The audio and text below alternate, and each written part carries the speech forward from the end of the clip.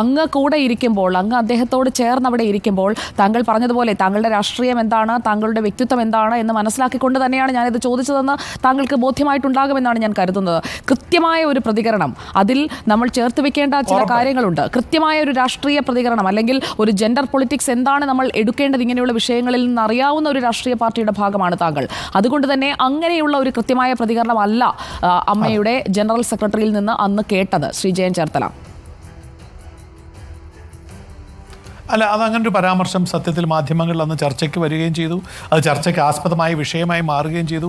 അതിൽ അഭിപ്രായ വ്യത്യാസങ്ങൾ നമ്മൾക്ക് ഉണ്ടാവും. പക്ഷെ ഒരു സംഘടനയുടെ തലപ്പത്തിരിക്കുന്ന ഒരാൾ ഒരു പത്രസമ്മേളനം നടത്തിക്കൊണ്ടിരിക്കുമ്പോൾ അതിനകത്തൊരു തർക്കം ഉന്നയിക്കാൻ എനിക്ക് സാധിക്കില്ല എന്നുള്ളത് എനിക്കും താങ്കൾക്കും അറിയാവുന്ന വിഷയമാണ്. അപ്പോൾ സംഘടനയ്ക്കകത്ത് ആ ചേർച്ച ഇല്ലായ്മകളും ചേർച്ച ഉള്ളതും എല്ലാം നമ്മൾ ചർച്ച ചെയ്തിട്ടുള്ള വിഷയം തന്നെയാണ്. പക്ഷേ അതുകൊണ്ടാണ് ഞാൻ പറഞ്ഞത്, എനിക്ക് സ്വകാര്യമായിട്ട് ഞാൻ എൻ്റെ സ്വന്തമായിട്ടുള്ള വാർത്ത കൊടുക്കുന്ന സമയത്ത് എൻ്റെ വികാരവും എൻ്റെ കൃത്യമായ എൻ്റെ കാഴ്ചപ്പാടും ഞാൻ ഉറക്കം വിളിച്ചു പറഞ്ഞ ഒരാളാണ്.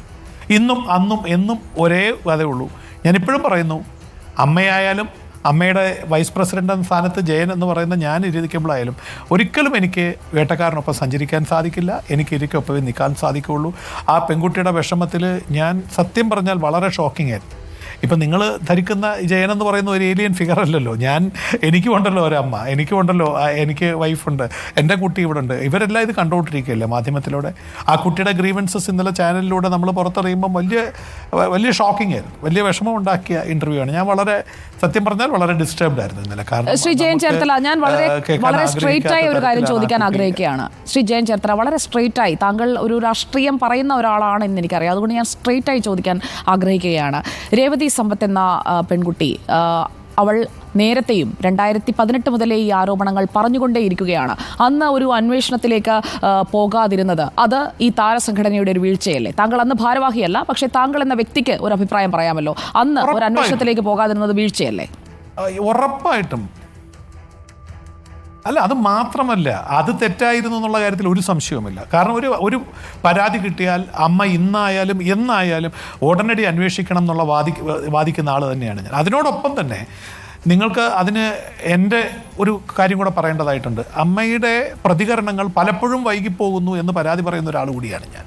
ഈ പരാതി മാത്രമല്ല, വേറൊരു പെൺകുട്ടി 2006 സംഭവിച്ചൊരു വിവരത്തെക്കുറിച്ച് 2018 ഒരു പരാതി പെട്ടിരുന്നു. അത് വേറൊരാളെ കുറിച്ചിട്ടാണെന്നാണ് ഒരു സംവിധായകനെ കുറിച്ചിട്ടാണെന്നാണ് ഞാൻ മനസ്സിലാക്കുന്നത്. ആ പരാതി അമ്മയിൽ കിട്ടിയപ്പോൾ അന്നും അതിൻ്റെ അന്വേഷണങ്ങളും പ്രതികരണങ്ങളും വൈകിപ്പോയി. ഞാൻ പറഞ്ഞു അത് തെറ്റാണത്. ആ കുട്ടി എന്നിട്ട് വീണ്ടും ഈ കഴിഞ്ഞ 20-ാം തീയതി ലെറ്റർ തന്നു. അപ്പോൾ തന്നെ ഞാൻ അവൈലബിൾ ആയിട്ടുള്ള എക്സിക്യൂട്ടീവ് അംഗങ്ങളുമായിട്ട് ഞാൻ പറഞ്ഞു, ഇതിന് പ്രതികരിക്കണം, ഇതിൻ്റെ ഉത്തരം കൊടുക്കണം. ആ കുട്ടി വളരെ ദുഃഖകരമായ വാർത്തയാണ് പറഞ്ഞിരിക്കുന്നത്, നമുക്കതിനെ എനിക്കതിനെ അനുകൂലിക്കാൻ പറ്റില്ല. അപ്പോൾ പറഞ്ഞ ന്യായം അവർ പറഞ്ഞ കറക്റ്റാണ്. നമ്മൾ പറഞ്ഞു ഭാരവാഹികൾ കുറച്ച് പേരേ ഉള്ളൂ, നമുക്ക് എല്ലാവരും കൂടെ എക്സിക്യൂട്ടീവിൽ ആലോചിച്ച് ആ തീരുമാനം കുട്ടിയെ അറിയിക്കാം. അത് ജെനുവിൻ ഉത്തരമാണെന്ന് എനിക്ക് തോന്നി. അതുകൊണ്ട് ഞാൻ അതിനൊപ്പം നിന്നു. പക്ഷേ ഈ 2019 അമ്മയിൽ പരാതി കിട്ടിയിട്ട് അമ്മ പ്രതികരിച്ചില്ല എന്ന് പറയുന്നത് അത് തെറ്റ് തന്നെയാണ്. പിന്നെ അമ്മയുടെ അടിസ്ഥാനപരമായ ഉദ്ദേശം എന്താണ്?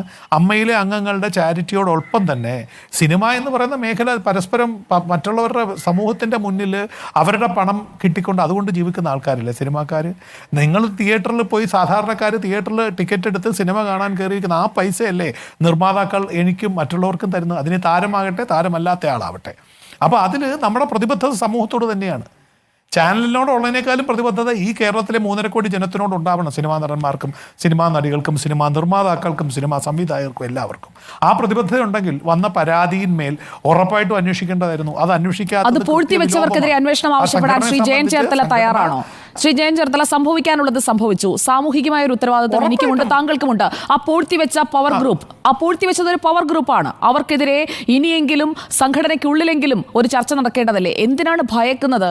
ജനമാണ് ഇവരെയൊക്കെ താരമാക്കിയത്, അവർ സ്വയം ആകുന്നതല്ല. അങ്ങനത്തെ നിങ്ങളൊന്ന് മനസ്സിലാക്കണം.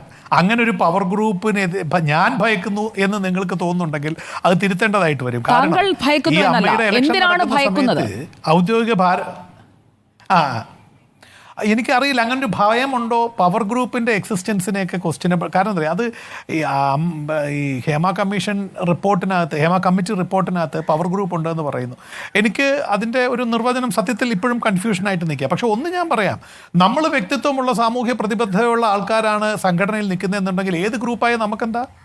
ഇപ്പം ഞാൻ ചോദിക്കണം, ഞാൻ മത്സരിക്കുമ്പോൾ ഇതിനകത്ത് ലാലേട്ടൻ പ്രസിഡൻ്റായിട്ട് നിൽക്കുന്ന അവർ അവകാശപ്പെട്ടിരുന്നു, നിങ്ങളുടെ മാധ്യമങ്ങൾ തന്നെ പറഞ്ഞിരുന്നു, ഞങ്ങൾ റിബലായിട്ട് മത്സരിക്കുന്നു, ഔദ്യോഗിക സ്ഥാനാർത്ഥികളുടെ ഒരു ലിസ്റ്റുണ്ട്, അതിനെതിരെ ഞാനും അനൂപും കുക്കു പരമേശ്വരനും മത്സരിക്കുന്നു, റിബലുകളാണ് അവർ മോഹൻലാലിനെതിരാണ് എന്നൊക്കെ പറഞ്ഞിട്ട് ചാനലിലൊക്കെ വാർത്ത വന്നിരുന്നു.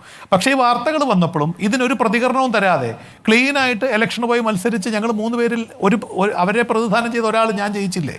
അപ്പം ഞങ്ങൾക്കതിന് ഭയമൊന്നുമില്ല, ഞങ്ങൾക്കതിന് യാതൊരു ഭയവുമില്ല. ഞങ്ങൾക്ക് പറയാനുള്ളത് തുറന്നു പറയാൻ ചങ്കൂറ്റമുള്ള ആൾക്കാർ തന്നെയാണ് ഞങ്ങൾ.